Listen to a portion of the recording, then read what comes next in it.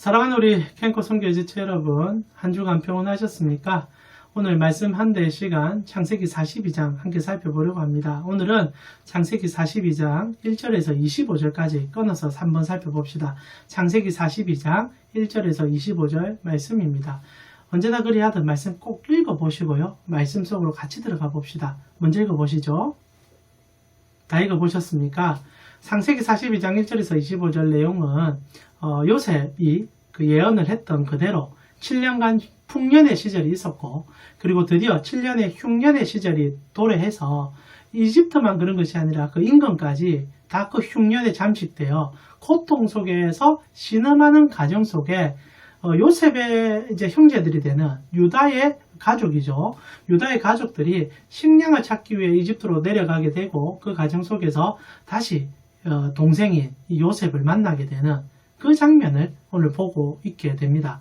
근데 오늘 본문을 우리가 자세히 살펴보면서 이제부터 한 몇 주간 같이 살펴보는 것은 인간의 죄된 이 본성과, 그리고 죄가 일으키는 문제들과, 그리고 그 문제를 해결해주는 그리스도의 십자가가 어떠함을 순차적으로 조금 더 살펴보게 될 겁니다. 그래서 몇 주 전체가 복음의 깊숙한 내용들을 하나씩 다루기 시작할 거니까 여러분 같은 시리즈로 생각해주고, 이전에도 동일하지만은 더 깊이 봅시다.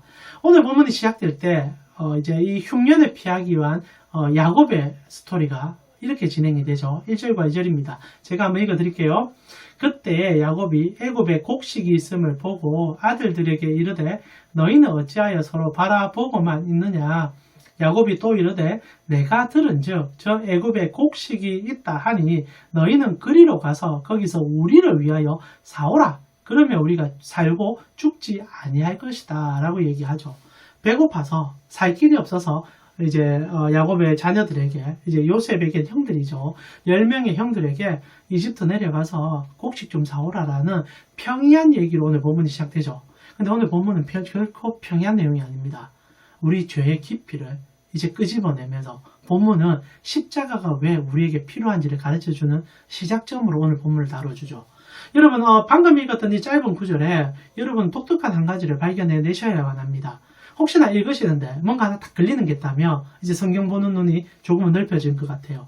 어떻습니까? 1절과 2절 읽을 때 뭔가 또 새로운 거 하나 잡히십니까? 오늘 본문에 어떤 내용을 합니까? 야곱이 이런 얘기를 하나 해요. 1절에 보니까 너희는 어찌하여 서로 바라보고만 있느냐. 이 느낌이 잡히십니까? 이 야곱의 자녀들이 이집트를 안 내려가려고 하고 있었다는 거죠. 흉년이 적어도 7년인데 그 아마 중간 과정이었을 겁니다. 그리고 목축을 하는 입장에서 농사를 짓지 않으니까 곡식을 실제로는 사서 얻어야 되는 입장인데 살곡식이 사라졌기 때문에 이 야곱의 집안은 지금 굉장한 어려움 속에 던져져 있을 거예요. 그러면 이제 집안의 자녀들이 이제 다 장성했지 않습니까? 르우벤부터 시작해요. 그 나머지 자녀들이 자기들끼리 의논해서 이제 나이 많은 아버지가 명령하기 전에 유일하게 곡식이 있는 이집트로 내려가 그 곡식을 사가 와야 되는 일이죠. 근데 이 형제들이 움직이지 않고 있었다는 겁니다. 이집트를 안 내려가고 있다는 거죠. 그래서 아버지께서 발끈하면서 알면서 왜 안 내려가냐? 너 무슨 문제 있냐? 이집트 내려가서 사오라라고 결국 명령할 수밖에 없는 상황으로 던져지는 거죠. 자, 한 가지 알 수 있는 사실. 형제들은 이집트를 무서워하고 있다는 겁니다. 왜 그렇게 할까요? 물론 여러 가지 추측을 할 수 있을 것입니다. 이집트 자체가 워낙 강대국이고, 본인들은 시골 출신이고, 농사를 짓는 입장도 아니고, 목축을 하는, 이집트에서 천대받는 직급을 가진 자들이니까, 이집트 자체가 좀 부담스러워서 내려가지 않았다라고 생각할 수 있지만, 그건 아니에요. 실제로 이들이 이집트를 무서워하는 이유는 딱 하나입니다. 그곳에 요셉이 있었기 때문이죠. 그것도 요셉이 어떻게 했는지에 대한 관점을 그들이 잘못된 관점 하나를 붙잡고 있기 때문입니다. 자, 여러분 기억하실런지 모르겠는데요. 이제 이 요셉 스토리가 진행될 때 제일 처음에 충격적인 사건이 어떻게 시작됩니까? 형제들이 요셉이 너무 미워서, 그리고 실제로 요셉이 미움받을 짓을 했죠. 미워서, 그러나 아무리 미워도 하지 말아야 될 행동을 하지 않습니까? 동생을 죽이려고 하죠. 마음으로 살인죄를 저질렀어요. 그러나 그 과정 속에 첫째인 르우벤이 말리게 되고, 그리고 넷째인 유다가 다른 계책을 쓰게 되면서 동생을 죽이지는 않고요. 어떻게 합니까? 당시에 노예 상인에게 팔아버려서 이집트로 보내는 일이 있었습니다. 그것이 창세기 37장 28절의 기록이에요. 다시 한번 기억하는 차원에서 제가 읽어드리겠습니다. 그때 미디안 사람 상인들이 지나가고 있는지라 형들이 요셉을 구덩이에서 끌어올리고 은 20의 그를 이스마엘 사람에게 팔매 그 상인들이 요셉을 데리고 애굽에 내려갔다라고 되어 있습니다. 동생을 팔아버린 땅, 그게 이집트죠. 그러면 팔아버려서 두려워하느냐? 그 정도가 아니었어요. 여러 가지 것들이 있었겠지만 아마 형들이 동생을 팔아버리고 전혀 관심이 없었던 건 아니었던 것 같습니다. 근데 어느 날 그들에게는 전혀 잘못된 정보가 전달됐는지 모르겠는데 이 형제들이 요셉이 이집트에서 죽었다는 얘기를 들은 것 같아요. 아마 감옥살이에 들어갔던 것이 이제 뭐 어떻게 말이 와전된지 모르겠지만 이게 무서운 거죠. 형제들이 요셉이 어떻게 지내고 있는지를 어느 정도 파악을 하고 있었던 것 같아요. 그런데도 모른 척하고 있었던 거죠. 그런데 그러다가 그들이 알게 된 것은 그런 어려운 삶 속에서 결국 동생이 죽었다는 겁니다. 그게 이제 오늘 이들이 대화를 나누는데 그 얘기가 돌발적으로 튀어나오거든요. 이제 스토리는 여러분 읽어보셔서 아시겠지만, 이게 형들이 이제 요셉을 만나게 되고, 요셉은 형들을 알아보는데, 형들은 요셉을 못 알아보지 않습니까? 그리고 요셉이 갑자기 좀 심술 같은 행동을 해요. 나중에 우리가 보겠지만 그건 전혀 심술을 부리는 게 아닙니다. 복음 안에서 하나님의 뜻을 행하는 건데, 근데 이제 모른 척하고 그들에게 여러 가지 말을 던지고, 그들이 이제 그런 말을 들어가면서 실제로 이제 속에서 있는 것들이 끄집어내지기 시작하거든요. 이 모든 잘못된 현상들은 자신들이 동생을 해코지해서 일어난 일이라고 생각하고요. 그리고 결과적으로 그들이 그렇게 충격을 받는 것이 실제로는 동생이 죽었다라고 생각하고 그것을 알고 있었기 때문이라고 첫째 형인 르벤이 자기의 입으로 실토하기 시작합니다. 그게 이제 42장 22절이거든요. 제가 한번 읽어드릴게요. 르벤이 그들에게 대답하여 이르되, 이때는 이제 요셉이 이 얘기를 알아듣지 못할 거라고 생각하고 형제들 사이에서 하는 얘기입니다. 근데 이렇게 얘기하죠. 대답하여 이르되 내가 너희에게 그 아이에 대하여 죄를 짓지 말라고 하지 아니하였더냐. 그래도 너희가 듣지 아니하였느니라. 그러므로 그의 핏값을 치르게 되었다. 핏값이라는 얘기가 나옵니다.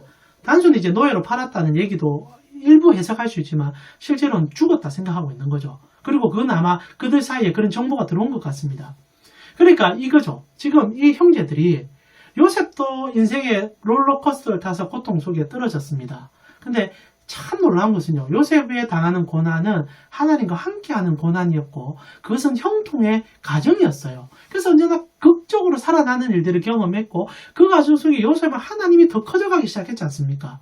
이게 성도의 삶이거든요.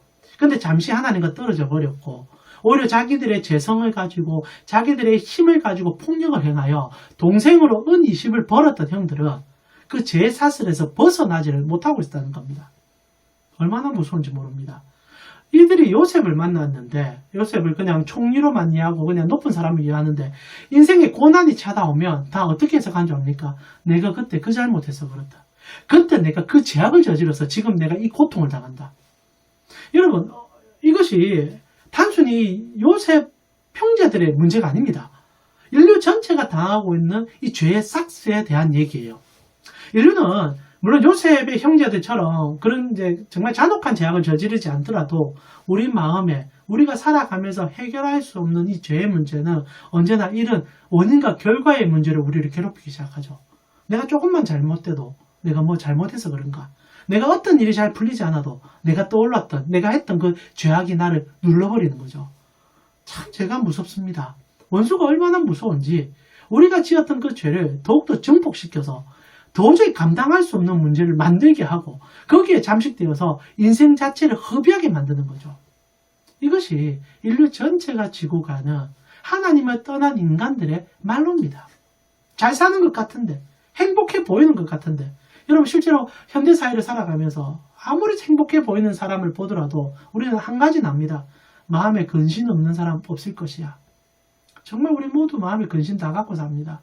근데 그것이요. 진짜 내가 죄를 짓는다면 그게 더 정복되는 거죠.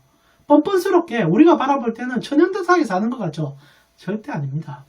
틈만 나면 떠올라요. 틈만 나면 고통스러워요. 틈만 나면 괴로워져요. 이것이 우리 삶의 여정이라는 거죠. 근데 놀랍게도 이런 우리를 아시는 하나님은 그 가운데 우리를 건져내고 싶어 하는 겁니다.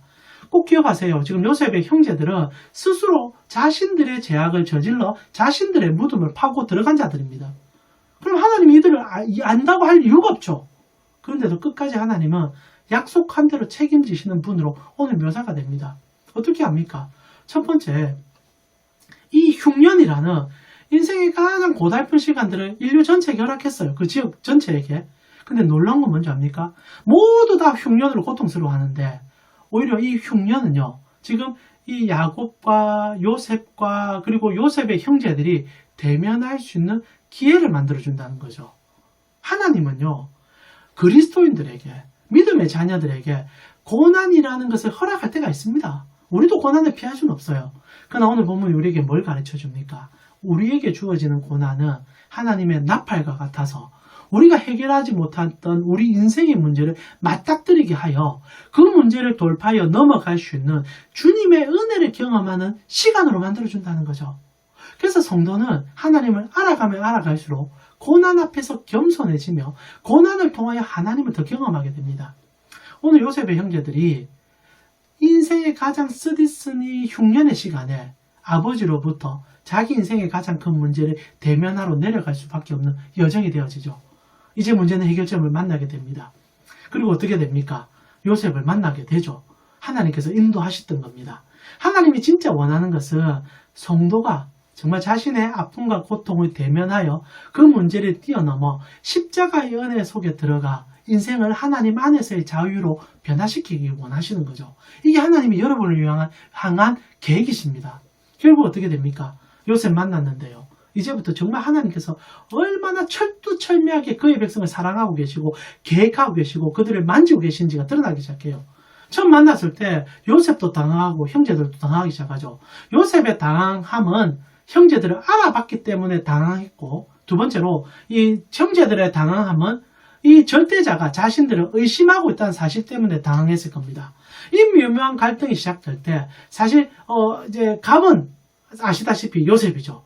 요셉이 마음만 잘못 먹고 정말 자기가 당한 억울함에 대해서 분풀이를 시작하려면 피바람이 불고 이 정말 건너오지 못할 강을 건너게 될지도 모릅니다.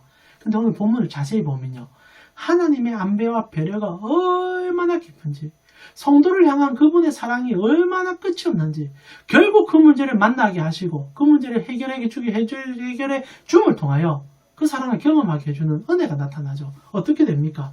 그가 처음 만났을 때 이런 상황으로 우리를 이끌어줘요. 6절부터 9절까지 제가 읽어드릴게요. 한번 보세요. 그때 요셉이 나라의 총리로서 그 땅 모든 백성에게 곡식을 팔더니 요셉의 형들이 와서 그 앞에 엎드려지게 됩니다. 여기까지 노말하죠. 그리고 7절에 요셉이 보고 형들인 줄 아나 모른 채 하고 엄한 소리로 그들에게 말하여 이르되 너희가 어디서 왔느냐? 그들이 곡물 사러 왔다. 이렇게 얘기합니다. 그러자 8절에 요셉이 그의 형들을 알아보죠. 그리고 더 무서운 것은 형들은 요셉을 못 알아본다고 되어 있죠. 자, 여기서 요셉이 마음만 먹으면 형들을 그냥 없애버릴 수 있습니다. 마음껏 분풀이할 수 있어요. 근데 얼마나 하나님이 무섭고도 사랑이 많으신 줄 압니까? 그게 9절이거든요. 여러분 성경 있으시면 한번 꼭 보세요. 9절이 이렇게 되어 있습니다. 요셉이 그들에게 대하여 꿈을 생각하고 그들에게 이르되 너희는 정탐꾼이라 이 나라의 틈을 엿보러 왔다 라고 얘기합니다. 이후로 변화되는 모든 사건들은 요셉이 하나님이 주셨던 꿈을 기억해내고 일어나는 사건이 되어지게 된다는 거죠. 자, 하나님이 요셉의 머리에 그때 꿨던 꿈을 떠오르게 한 거예요. 12곡식이 절하는 꿈, 해달별을 절하게 하는 꿈, 그리고 오늘 현실 속에서 그들이 절을 하고 있는 상황. 이제 하나님께서 만들어줬던 꿈의 모든 결정대가 연결이 되어버렸습니다. 하나님은 오늘 이 날을 위하여 당신이 어떻게 함을, 그리고 이 야곱의 가정 속에 뿌리 박혀있는 죄성을 어떻게 끄집어내고 그들이 그 죄를 어떻게 맞닥뜨림을 통하여 결국 하나님 외에 이 죄를 해결할 수 없는 과정을 알게 해주기 위한 이 십자가와 부활의 영성을 이끌어가기 위한 현장으로 그들을 끌어갔던 그 속의 은혜의 한 장면을 그가 기억해내는 사건으로 이끌어가게 되죠. 결국 어떻게 됩니까? 요셉이 이 상황을 하나님 뜻에 맡겨드려요. 그리고 이제 베냐민을 데려오라. 이런 것이 요셉이 지금 분풀이하는 게 아닙니다. 하나님 섭리 속에서 그들의 죄악을 맞닥뜨리게 만드는 거죠. 그리고 스스로 죄인임을 깨달았을 때 그들이 한 가지 은혜를 경험해요. 나중에 우리가 살펴보겠지만 유다가 뭐라고 얘기합니까? 내가 대신 죽겠다. 내가 이 형제 모두를 위해서 내가 대신 볼모로 잡혀서 내가 대신 희생하겠다. 그리고 모든 것이 화목되어 버립니다. 이게 뭡니까?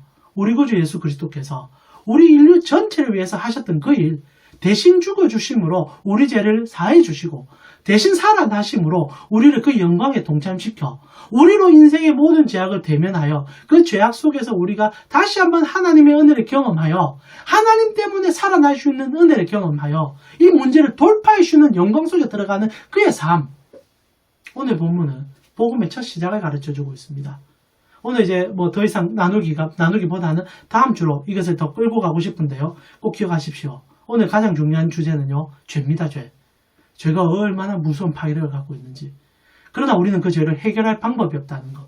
그러나 유일하게 하나님이 그 죄 문제를 해결해 줄 수 있을 뿐 아니라 우리가 그 죄를 대면하여 넘어가도록 해주는 그 은혜를 경험케 해준다는 것.